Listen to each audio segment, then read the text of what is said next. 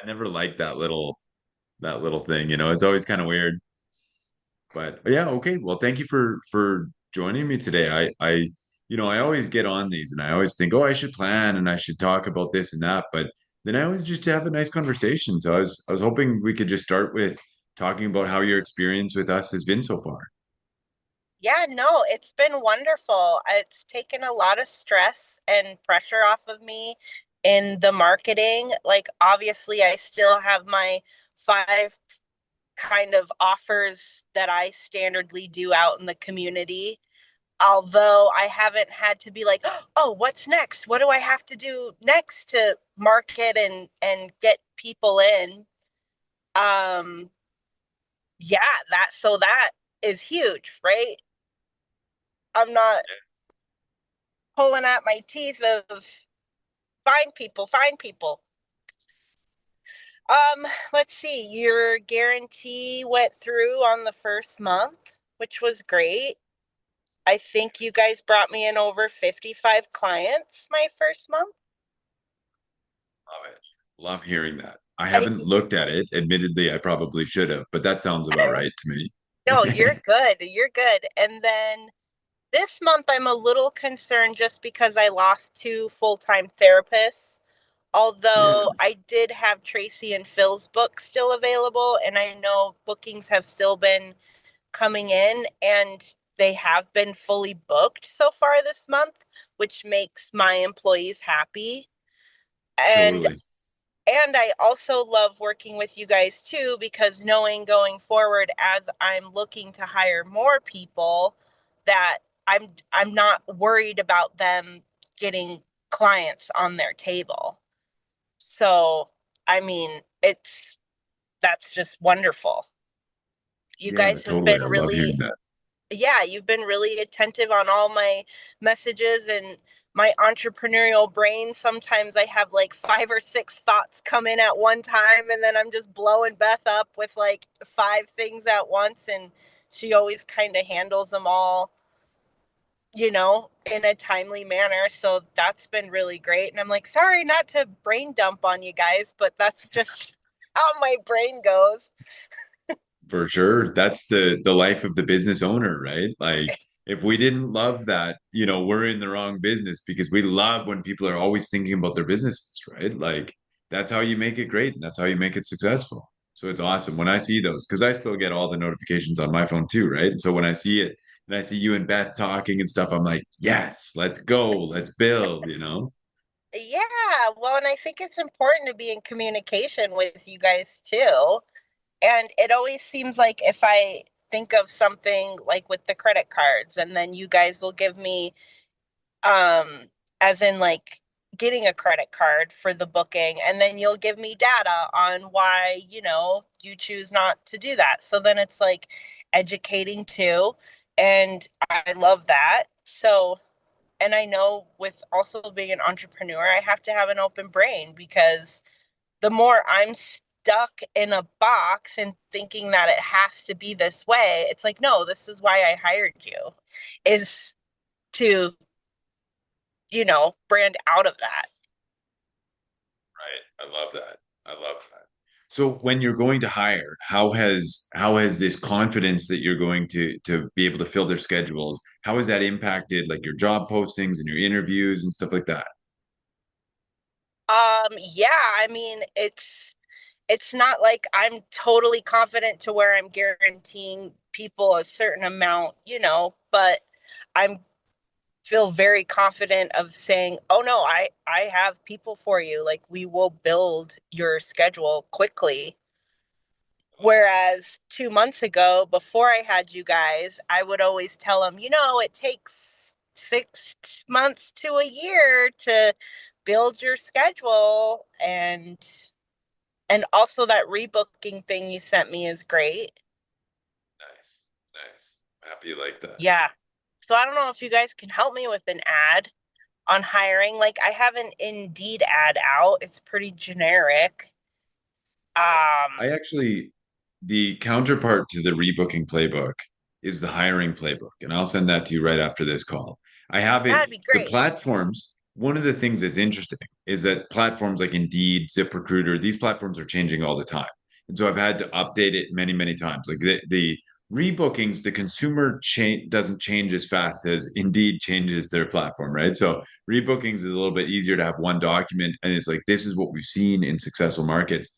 The hiring one, I have to iterate quite a bit. So there's some things in it that are, let's call it under construction, but I'll still send it over to you right after this call. And That'd be cool. Yeah, just so I can, I mean, because I've really just been finding people like going to the massage school, doing the Indeed ad.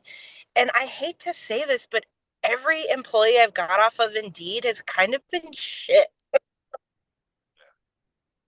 And like, so it's always the ones that I'm like, find at the massage school or get a referral. isn't that the way it works in the I mean, not to draw too many parallels, but the people when you're dating, and I mean, I've been married for a while now, so I've been out of the game, and maybe it's changed, but the people that are hanging around single aren't necessarily always the ones that, yeah, I don't know. There's some comparisons there, right? Where it's like, your massage therapist that's working full time for a good business, that is a really good person to get on board because you know that they're full time, they've got clients that like them, they can manage relationships, they can do all these sorts of things and so then it turns into this like, how do you incentivize somebody to come over without just being a pure money thing? Because you can't give away the farm either, as they say, right? So that's a real balance, right? Well, and there is one thing I have noticed is in comps, because my town I live in is pretty small, and I feel like all of us therapists kind of know each other in some way, somehow. They've always worked for somebody before. Yeah. But my structure and how I have things built is like I pay really well. And I almost just want to blast out there and be like, are you tired of being underpaid and overworked? Like, come work for me. But is Yeah. that professional? I don't know. Yeah. I mean, every place is gonna have the subculture, right? Like, and but I'm all for it. I'm all for it. I don't think you can, you want to be professional, right? But you also, so like things that I find that are like there's no trickery involved in that. It's just the flat truth, right? It So is the I would truth. I don't think there's anything wrong with being proud about what you offer your employees. Like, I don't think there's Cool. anything Well, wrong I with might change my Facebook ad and add that on there. it. Yeah, yeah, it's worth a shot. So remind me what you tried for marketing before you worked with us.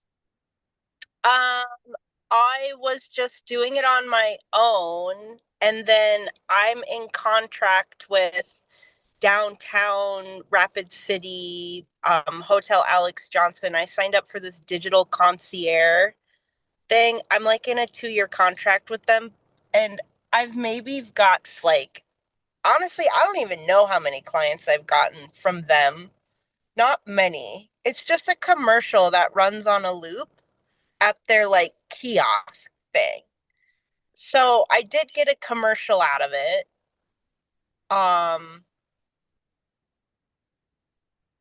that's kind of about it. And I want to say I pay like $200 a month for that. But there was no guarantee or anything, so I don't think I can get out of this contract. Right. Yeah. Yeah, interesting. But So I'm how do not you think that gonna, compares to what we're doing? oh, it's not even comparable. I love it. Yeah, no, and I mean, you guys even help with the checking in on people for me, which was amazing because I had that troublesome employee. And some of your feedback that some clients gave helped me make my decision on letting her go. And I mean, I should have done it a lot sooner, but it was so exciting seeing all these appointments come in and like getting her booked. And then I'm realizing, like Rebecca, my coach, would say, one bad seed will ruin the whole bunch. So, and I pay good money for you guys, so I didn't want, it's like, okay, I just have to scale back and we can look at numbers at the end of the month and I don't think we're losing any, but I do worry about just how much availability we have. Yeah. Yeah. Availability is like, it's one of the key indicators, one of the key levers that you can pull, right? And it's always a bit frustrating because you need to have more availability than you're ever like, you need to have it broader than what often you're going to get, right? Like if you Yeah. put 30 hours out into the market, the chances of booking all 30, the chance of booking 10 easy, right? The chance of booking 20 also, but filling those last slots, you might have to talk to, I always say, if you want a booking next Monday, I can get you a booking next Monday. That's not a problem, right? But if you say to me, I need a booking at 11:15 exactly next Monday, well, I might have to talk to 100 people, right? Because everybody that wants to come in Monday, I can't guarantee that somebody is free at 11:15. So it becomes like diminishing returns, right? And so yeah, you always want to keep the availabilities wider, as wide as possible so that people have their choice, right? Yes. Yeah. Yeah, so I So know once we get another 1 to 2 full-time people, we'll be back there hitting those numbers high again. But yeah, yeah. we'll look at the end of this month and see where we are. I think we'll get right by on that 1 to 1, I think, on this month. But Yeah, totally, totally. And like you say, once we solve that with the hiring, then definitely things start to open up again because it's tough. I talk to people all the time and they'll say to me, "Oh yeah, I want to increase my business by $10,000 a month." Right? And I go, "Well, that's great, but your amount of openings amounts to like $400 a month, right?" And then they say to me this, and this is the hardest thing to deal with. They always say, "Well, I'll open up the schedule more once I get these spots booked." Right? But that's really hard because if you've got 7 spots in a month or two next week, right? Like again, I might have to talk to 100 people to fill those spots. And it's not to say that I'd only get 2 clients out of that 100 people that I talk to. Maybe I could get 20 clients if you had more openings, right? So I always think it's like, you've got to have your staging right. You've got to have your availabilities to the point where it makes sense to be getting people in, right? yeah, oh yeah, and everyone's stirring away from the evenings, which I get, but that's when people want a massage. They want a massage after they get off of work. Yeah. It's like, we gotta have that 3 to 5 p.m. spot open, man. That's prime real estate. Like, Yeah.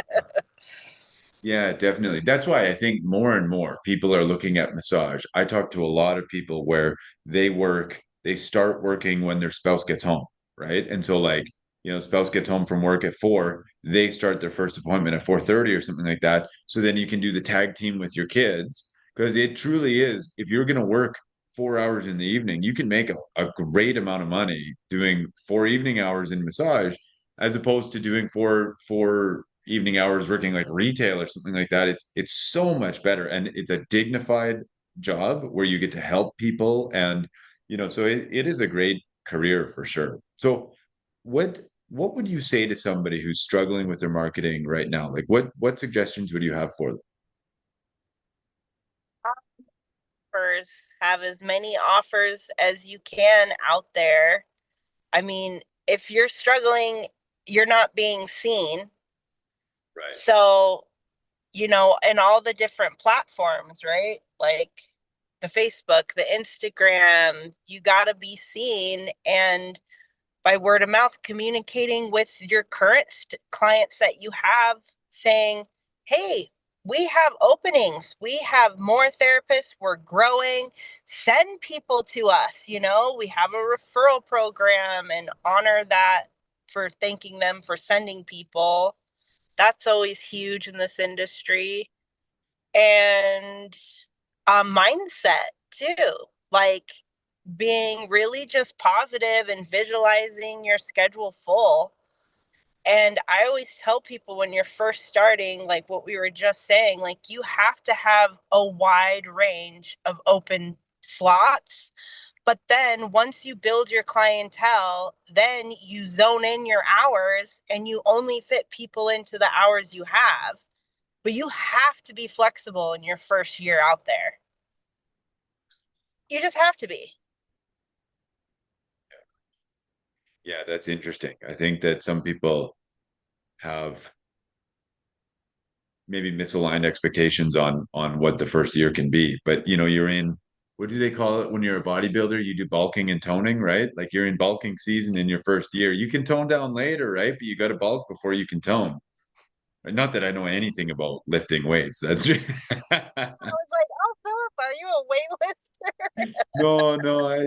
That's I like to exercise, but definitely not on that side. But definitely the basic principle applies is you need to open up wide, take in as many people as you possibly can, and then you can always trim down. Now, there's different schools of thought, right? Like some people say, "Oh, never work outside of always do what is going to be good for you. Be careful with burnout." These things are also true. Like you shouldn't be wildly outside of your comfort zone or anything like that. But being flexible is definitely the middle ground there, you know? Well, yeah, for sure. You got to have your set boundaries of being like, you can only do so many in a day. And yeah, you're not going to have your books open till 10 o'clock every night, but For you sure. got to have that prime real estate open where it's like, and maybe you're just attracting the wrong clientele. Like for me, a big one was like dental hygienists and nurses, like other people who are in the caring field as me, because they make a good income. So they have enough money to get monthly massages. Plus, they need it for the care of their body.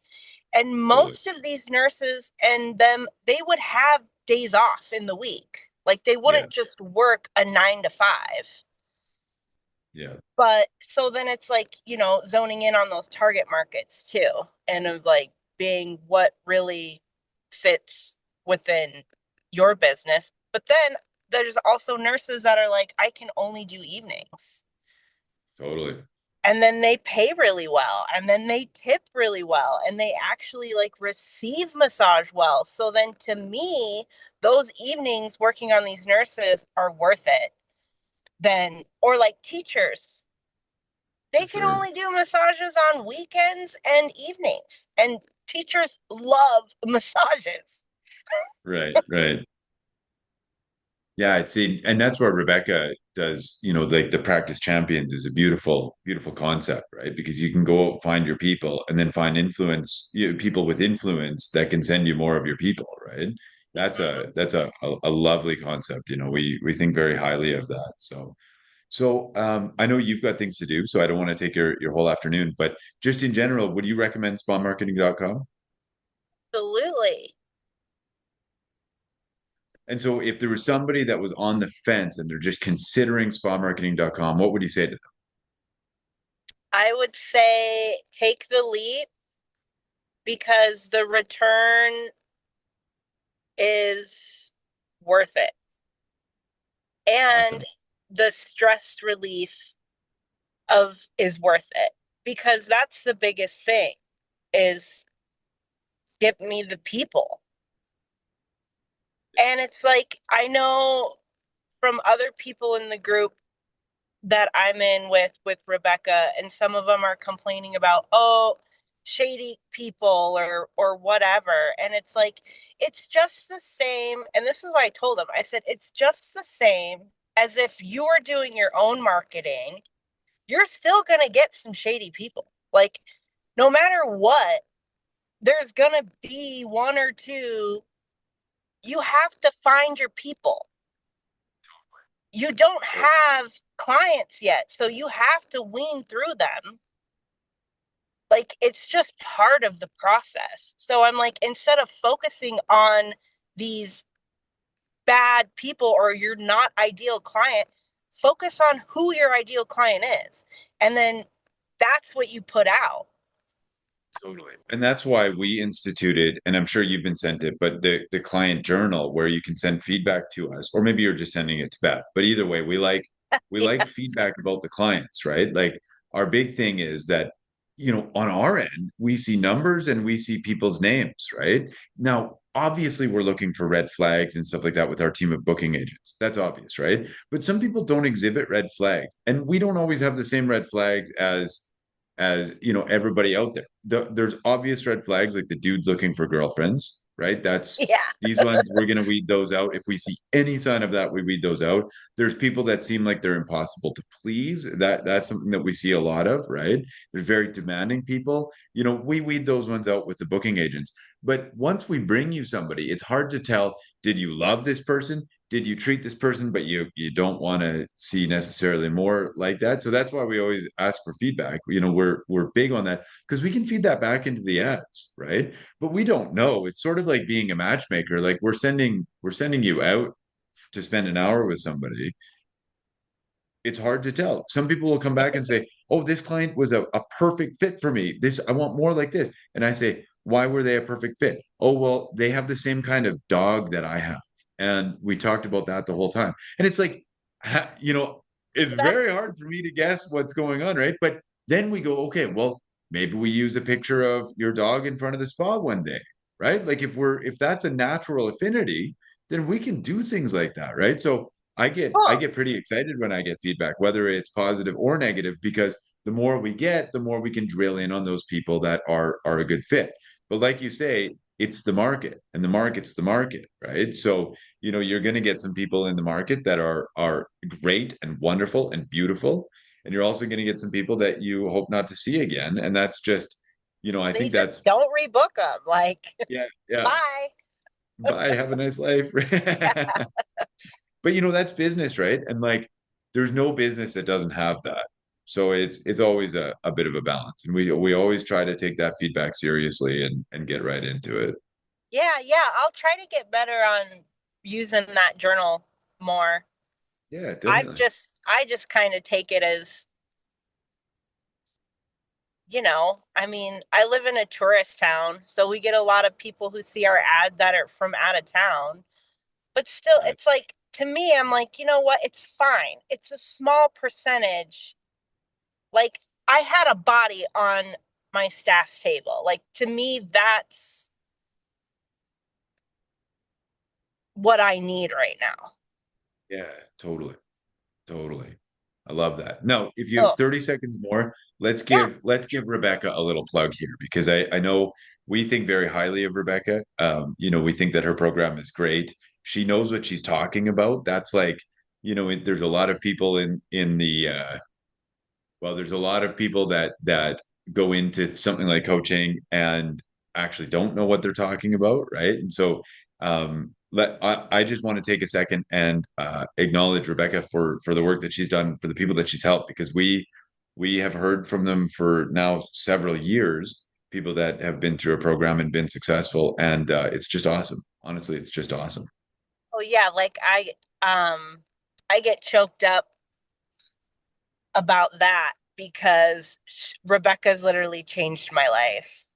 Love Like, I, she's broke me open, and I live so much more like joyous because of her and her program. And I have been working with her and paying her monthly for 3 years now straight, and I probably will never stop paying her monthly. that. I love it. It's like, yeah, there's some things she may say that I will disagree on, and Sure. it's in the end, it's my business and I can make the choice. But what I love about her is I can always go back with that and say, well, shit, you were right. I, sh- I shouldn't have done it that way, but she'll Yeah, never she just lifts you up to keep you going forward. She won't hold that against you. And love to me, that. that's an amazing coach, right? Like, Yeah. Totally. And there's many paths to climb the same mountain, right? Like, if there was one exact path that always worked, so many people would do it that it would be too crowded, right? So it's, there's many paths and we recognize that, right? Because you hear things and we talk to different people and we've seen so many different approaches, things that I thought wouldn't work. Literally, I stepped into a business one time, physically stepped into a business, and I was like, oh my gosh, the paint was like everything was not the way I would do it, and it's one of our most successful clients. But if you had asked me to put a bet on it, I would have been like, this place feels, but it's one of our most successful clients. And I'm like, man, if you are a business owner, you have to be unapologetically yourself. and then people will gravitate towards you, you know, and I keep the love found the that. basic foundations in line too. But no, I know you've got some more to be, so I won't keep you any longer. But Okay, thank Philip, you. thank you. Yeah, thank you so much for your time also, and we're looking forward to a long and fruitful relationship with you. Yay, I love it. I appreciate you guys. Thank you. Likewise. Okay, Have a great day. bye-bye. Bye.